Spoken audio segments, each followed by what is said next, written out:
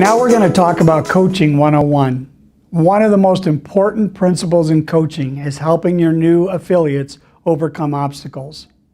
There are obstacles that every new recruit will pass through. If they can't pass through them, they'll get frustrated and they might even quit. Your responsibility and opportunity as a leader is to help your new recruits overcome those obstacles. By knowing what the obstacles are in advance, you'll be better equipped to recognize them when your new recruit is approaching them and help them make it through it. So here are some common obstacles that every new recruit is going to face. The first obstacle is the fear of contacting people. This is usually because they feel like they have to sell or convince somebody to buy or join.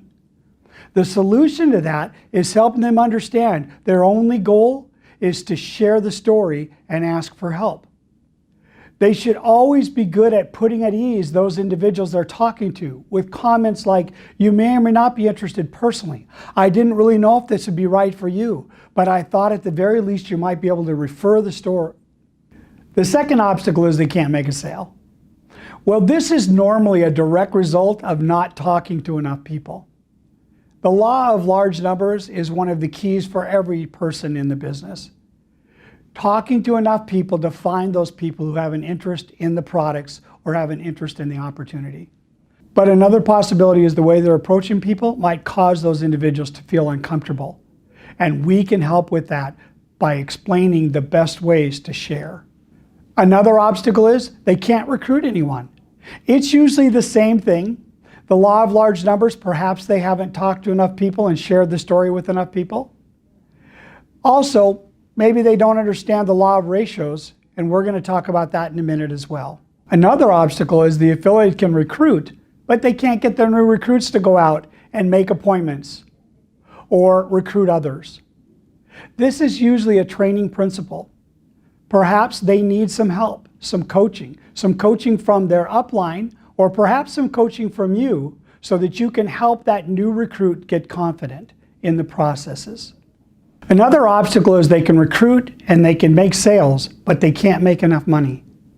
Well, there's a couple of reasons for that. One is if they're having appointments and they're talking to people and they're not having success, that is a great coaching opportunity for you to sit down with them, find out how they're presenting, discover who they're talking to, find out whether there might be reasons why they're not having success. Sometimes this is just simply a misunderstanding of expectations. A lot of times people think they're going to come into the business and get rich overnight. That's not how businesses work, and it's definitely not how network marketing works. This is a business where we put effort in on the front end, but as a result, we can grow a great business long term. Another obstacle, they can recruit, they can make sales, they can make money, but they still have new recruits quitting. A lot of times that's because the new recruits are not well trained. But the other thing that happens sometimes is they've forgotten their why. One of the most important things we can do as an upline leader is to discover why the individual is in the business. What do they want out of it? So that when they face these thresholds, when they have these challenges, that we can remind them that it's worth it. It's worth it to get what they came into the business to get. A couple of additional principles. Remember, every recruit comes into the business with different skills. Some have paid a price in a former business or life experience. They already know what it takes, the price. They know how to build a business. So they'll be able to recruit and build a little bit faster. Others will need to learn and gain experience as they develop in the business. Always remember, this is an opportunity of personal development with a compensation plan attached. And in fact, the Whale compensation plan pays you as you stretch and grow and have successes. I mentioned a couple of laws earlier that I want to talk a little bit about. One is the law of large numbers. One of the greatest challenges most individuals have in this business or any other business is understanding that you need to share the story with a lot of people. Remember, you can't control their interest. You can't make somebody want something or make somebody want to be involved in something. All we can do is share. So if you look at this graph, you look on the left side, and then you look on the right side of this graph, which looks like the kind of business that's going to have the most success. Remember, the law of large numbers is critical to understand, and it's critical to use as a part of your business philosophy. The second law is the law of ratios. It's important to realize and remember 100% of the people will not be interested. 100% will not become customers or new affiliates or maybe even refer. One of the ways we can help a new recruit understand that is something called the law of ratios. Here's how it works. Suppose that if we helped an individual own the Whale products, that we would make $100 to do that. And suppose that we found out in our ratios that we needed to talk to 10 people to get one yes.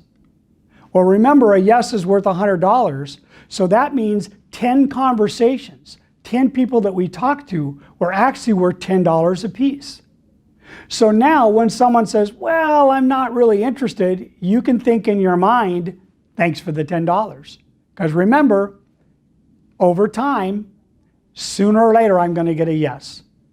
One great thing about this business, as your skills increase, so will your ratios. But you don't want to be comparing your ratios, your numbers, with somebody who is a veteran who's been doing it for a while. Everybody's ratios are different, and your ratios will improve. Remember, however, whenever you talk to somebody, always ask for referrals. The other thing to recognize is no does not necessarily mean no. A lot of times what no means is timing's not right. Perhaps they're too busy to even consider an opportunity right now. Maybe they're already using a different product and not keeping their options open. But the great news is if you share your story in a respectful, sincere way, if you ask for referrals and invite them to be interested in the future, at some point in time, timing might be right, and they might return and take a look at your business a second time. This only happens if you're respectful to them when you share your story. The last obstacle is the obstacle called failure. What concerns me more than anything else is the world has poisoned the word failure. And yet if you look, every great success story has some element of overcoming challenges and obstacles in the process of success. And in fact, the higher the obstacles, the bigger the challenges, the greater the story. The only way to not fail is to not try. What we need to do is help redefine the word failure. There's a couple of ways to define it. First of all, failure is not really failure. It's just a learning experience. The great news about every time you try something, if it's successful, great, you've learned from that. But if it's not successful, you can learn from that too. You can learn what not to do. The only key on that would be, if something doesn't work, you may want to do it differently the next time. Another way to look at failure is an opportunity to perfect my performance. Every time I have a presentation, every time I have a conversation, every time I share the story, I will end up getting better. In fact, you think about great athletes. One thing about them is a lot of the things that they do, they're instinctual. They don't even think about it when they happen. The reason for that is because they have perfected their performance. They have done it again and again successfully, and as a result, now they operate on instinct. That's how your business can be as well. Another thing that failure does is offers the opportunity to change course in our direction. Perhaps what we're doing right now is not working.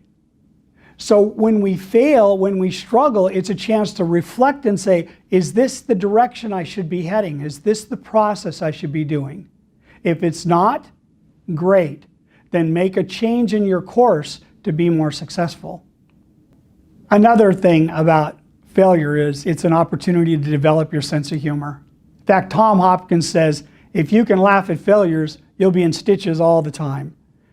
In all reality is, most of the things that we fail at, a month from now, 6 months from now, a year from now, we'll sit back and smile or even laugh at that failure. All we would encourage you to do is recognize it, have a sense of humor, and laugh sooner. The last one is the most important, however. Failure is a part of succeeding. If you want to do something great, you need to anticipate and face failure. So many people never do anything. They never create anything. They never do anything great because they're afraid of failure. A part of being successful is overcoming the obstacles. And with those obstacles, always comes some possibility of failure.